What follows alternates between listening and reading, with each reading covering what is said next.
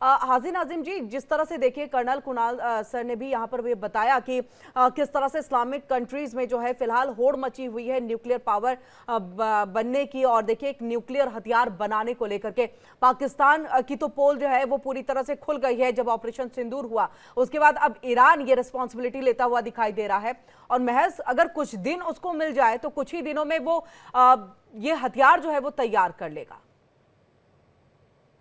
हाँ किरण जी, मेरी आवाज आप तक आ रही है? किरण जी, मेरी आवाज आप तक आ जी रही है? आ रही है सर, आ रही है आवाज। हाँ किरण जी, देखिए जिस तरीके से इजराइल ने ईरान पे हमला करा, तो हम्म। एक तानाशाह है इजराइल। हम्म। इजराइल हमेशा तानाशाह वाली हरकतें कर रहा है, और देखिए उसका जवाब ईरान ने जिस तरीके से दिया, तो ये बताने की जरूरत नहीं है। लेकिन क्या है, इजराइल में एक होड़ लगी हुई है सुप्रीमो बनने की। वो चाहता है कि पूरी दुनिया के अंदर वो राज करे।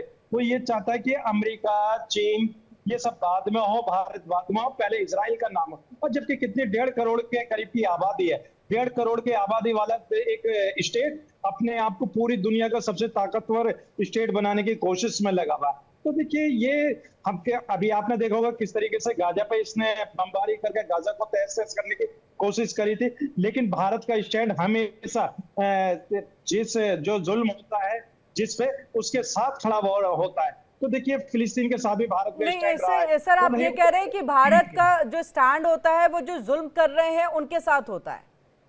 नहीं, मैं ये कह रहा हूँ जी, जो जुल्म कर रहे हैं उनके खिलाफ होता उनके है। जिन खिलाफ होता है, ओके हाँ।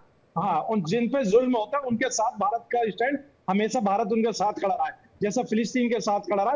पूर्व प्रधानमंत्री स्वर्गीय अटल बिहारी वाजपेयी जी फिलिस्तीन के साथ खड़े हुए थे।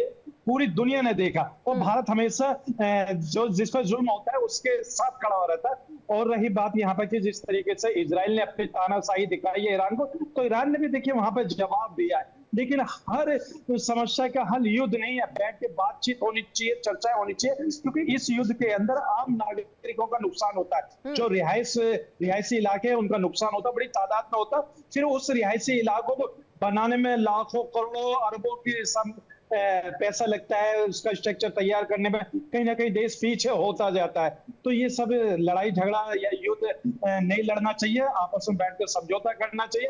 लेकिन लेकिन इजराइल ने लेकिन जिस लेकिन तरीके लेकिन से हाजी नाजिम जी, सर ये भी हम देखेंगे क्योंकि सिया सुन्नी की लड़ाई बहुत लंबे अरसे से जो है वो चली आ रही है, वहीं स्थिति ठीक नहीं हो पाती है। जिस तरह से देखिए कर्नल कुणाल साहब ने भी कहा है कि जो शिया बहुल है वो आपका ईरान है, और बाकी जॉर्डन, हम इजराइल अन्य की बात कर ले तो ये सुन्नी बहुल है। तो ऐसे में कैसे इनकी, क्योंकि इनकी तो खुद की अपनी ऐसी लड़ाई है जो आप ही यहाँ पर सबसे ज्यादा क्लियर जो है इसको लेकर के बता पाएंगे कि ये तस्वीर क्या कभी सुलझ पाएगी। अगर ये सुलझ चीजें गई तो फिर उसके बाद तो देखिए ये लड़ाई होगी ही नहीं, लेकिन संभव है।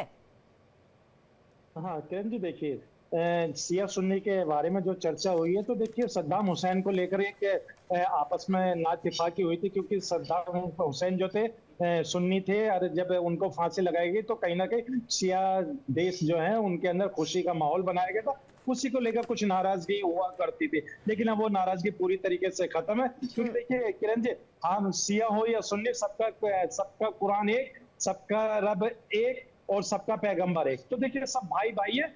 थोड़ी सी नाइत्तेफाकी हुई थी किसे सद्दाम हुसैन को लेकर, वो सब नाइत्तेफाकी अब खत्म हो चुकी है। आपस में सब मिलकर भाई भाई है। और देखिए इजराइल इजराइल को जिस तरीके से इजराइल ने हरकत करी है, तो उसको नस्ता नाबूद करने के नहीं, लिए ईरान के ईरान साथ की पूरी तरफ से भी कोशिश देखिए करेंगे। हमास को बढ़ावा देता है ईरान, और यहां तक कि हम भारत के लिए भी कहेंगे कि पाकिस्तान में हमास को भेजा उसने, और जो पहलगाम हमला हुआ वो हमास के ही पूरी तरह से एक रणनीति के अंतर्गत हुआ। और हम जानते हैं बखूबी, पूरी दुनिया जानती है सर कि किस तरह से ईरान हमास को यहां पर सपोर्ट करता है। तो अब कैसे ईरान को पूरी तरह से क्लीन चिट हम दे सकते हैं? जिस तरीके से हमास को ईरान का हमेशा सपोर्ट रहा है, क्योंकि फिलिस्तीन के और रही भारत के अंदर, तो देखिए हम लोगों का सीधा स्टैंड है, जो भारत का दुश्मन वो हमारा दुश्मन। हम्म। तो मैं कहता हूं कि भारत जिंदाबाद। और जितने भी देश जो हमारे भारत के ऊपर नजर जमाए हुए हैं, उन देशों का हम सफाई करने में सेकंड लगा देंगे, क्योंकि हमें अपनी आर्मी पे पूरा भरोसा है। अभी आपने देखा होगा जिस तरीके से कर्नल साहब ने पाकिस्तान का जिक्र करा था ऑपरेशन सिंदूर के तहत, तो देखिए ऑपरेशन सिंदूर में हमारी दो बहन सोफिया कुरैशी और व्योमिका सिंह, विंग कमांडर, देखिए इन्होंने पाकिस्तान को कितने अंदर घुस के किसने छक्के छुड़ा दिए पाकिस्तान के, पूरी दुनिया ने देखा। ये तो हमारी 2 बेटियां थी, 2 ठीक है। बेटियों ने पाकिस्तान को ठीक है। घुटने पे टेक दिया। अब बाकी अगर और भी कोई इजराइल हो या और अमेरिका हो या कोई भी देश हो, ठीक अगर है। भारत के सामने ठीक है, अगर आपके पास हम लौटेंगे होगा कर्नल तो शिवदान सर, क्योंकि अगर हम देख रहे हैं जिस तरह से ईरान इजराइल का ये युद्ध जो है, और अगर और ज्यादा आगे बढ़ जाता है, वैसे तो रोकने की कोशिश में देखिए चाइना भी लगा हुआ है, अमेरिका है, अमेरिका की तरफ से पहले एक तरफ से ये कह देते हैं डोनाल्ड ट्रंप या उनके विदेश मंत्रालय से ये खबर आ जाती है कि हमारा कोई हाथ नहीं है और हमारा इस हमले से कोई मतलब नहीं है, ये सीधे तौर पे कहते हैं। अब इन्वॉल्वमेंट की बात आ रही है कि अब रुकने के लिए कहा जा रहा है, ट्रंप से डायरेक्ट बातचीत भी कर रहे हैं, ट्रंप जो है यहां पर पुतिन से भी बातचीत कर रहे हैं, यानी एक पूरी तरह से जो है रोकने की कोशिश इस युद्ध को जो है वो की जा रही है। ऐसे में अगर हम सिर्फ चाइना की बात कर ले, चाइना सिर्फ बोल करके किसी भी चीज पे समर्थन देता है या समर्थन नहीं देता है, हमने कभी नहीं देखा किसी युद्ध में उसको कूदते हुए, तो उसकी इन्वॉल्वमेंट, उसका ये कहना कितना असर जो है इजराइल और ईरान पर डाल पाएगा? देखिए, चाइना और ईरान की रिलेशंस को आप पहले से जानते हैं, और ईरान को चाइना काफी वेपन सप्लाई भी कर रहा है, और ईरान का और चाइना का काफी क्लोज रिलेशन रहा है आपस में।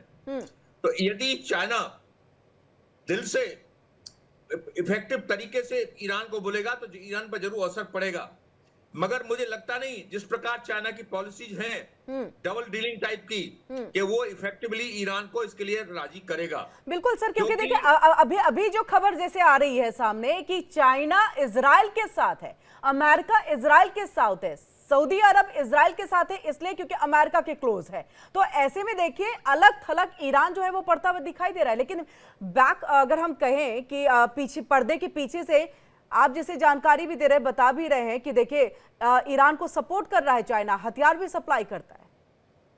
देखिए, ये उसने इजराइल को जरूर कोई सपोर्ट और मॉरल किया होगा, मगर आप पुरानी हिस्ट्री यही कहती है कि ईरान और चाइना के रिलेशन रहे हैं, और इसमें चाइना ने ईरान को काफी हथियार सप्लाई किया है और भी मदद की है, मगर अभी जो उसने मॉरल सपोर्ट इजराइल को दी है वो हो सकती है, मगर चाइना का झुकाव ईरान की तरफ ये सर्टेनली है। और मैं यही कहूंगा कि इस युद्ध को शीघ्र से शीघ्र रोकना पड़ेगा, और एक दुनिया के लिए मैं क्लियर करना चाहता हूं, इस युद्ध में अमेरिका की पूरी अप्रूवल इजराइल के साथ है।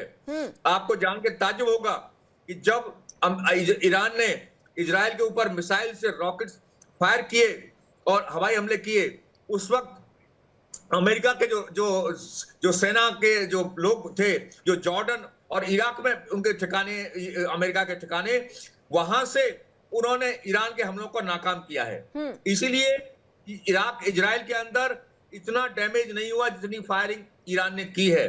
तो अमेरिका का सपोर्ट इजराइल को शुरू से ही रहा है। अब इस हमले का पूरी अप्रूवल, क्योंकि जो इनका टॉक होने वाली थी अमेरिका की ईरान की छठी टॉक, उसके लिए ईरान अपनी इंटरेस्ट नहीं दिखा रहा था अटेंड करने के लिए। तो इजराइल को अमेरिका ने पहले ही बता दिया था किस तरह की हरकत कर रहा है ईरान, और वो परमाणु जो समझौता नहीं करना चाहता है, इसीलिए इजराइल ने हमला किया है। जी कर्नल शिवदान सर, जी बिल्कुल सर, कंटिन्यू आप करिएगा। इसी में एक सवाल ये भी, क्योंकि देखिए अमेरिका, डोनाल्ड ट्रंप आते हैं 2.0 संभालते हैं, जैसे वो इस बात को कहते मैं युद्ध रुकवाऊंगा, लेकिन युद्ध रुकने का नाम नहीं बल्कि और ज्यादा भयावह इसकी तस्वीर जो है वो निकल करके सामने आ रही है, जो कंटिन्यूटी में है। ऐसे में ये कहना कि ठीक है इजराइल के साथ अमेरिका का एक समर्थन, लेकिन युद्ध ना रुकना भी डोनाल्ड ट्रंप के लिए बहुत नेगेटिव तौर पर चीजें जाएंगी, क्योंकि उन्होंने बहुत पुरजोर तरीके से इस बात को कहा था, मैं आऊंगा तो युद्ध रुकवा दूंगा। देखिए, इसका सबसे बड़ा उदाहरण है यूक्रेन और रूस का युद्ध। पिछले 3 साल से युद्ध चल रहा है। संयुक्त राष्ट्र संघ ने भी कोशिश करके देख ली है, विश्व की शक्तियों ने भी ये कोशिश की है, और रूस का और अमेरिका का डायरेक्ट कांटेक्ट भी है, मगर ये युद्ध अभी तक रुका नहीं है। क्योंकि जैसे मैंने पहले ही कहा है, ये युद्ध आजकल इस तरह से लड़े जा रहे हैं कि युद्ध चलता रहता है, मगर बॉर्डर पे कोई परेशानी नहीं है, क्योंकि आमने सामने युद्ध हो ही नहीं रहा है। ये मशीनों से लड़ा जा रहा है, चुपचाप मशीनों से फायर की जाती है, या दूसरे देश में जाकर डिस्ट्रक्शन होता है, और डिस्ट्रक्शन इतना ज्यादा होता है कि जिसका इमेजिन नहीं किया जा सकता। बड़ी बड़ी बिल्डिंग समाप्त होती हैं, पावर स्टेशन इंस्टॉलेशंस खत्म होते हैं, आपके और इंफ्रास्ट्रक्चर देश में जो वो खत्म होता है। तो इसलिए ये जो युद्ध है अमेरिका का यदि अमेरिका जो है वो कभी भी इस तरह इसे इफेक्टिवली नहीं प्रेशर डालता है, यदि ऐसा होता तो आज यूक्रेन रूस युद्ध अब तक समाप्त हो गया होता। और जो हमास और हिजबुल्लाह का युद्ध शुरू हुआ था, उस वक्त भी अमेरिका ने कोई स्ट्रांगली किसी तरह युद्ध को रोकने की कोशिश नहीं की थी। तो इसलिए मैं यही कहता हूं कि अमेरिका को इस वक्त विश्व के विनाश को ध्यान में रखते हुए इस युद्ध को रुकवाने की कोशिश करनी चाहिए।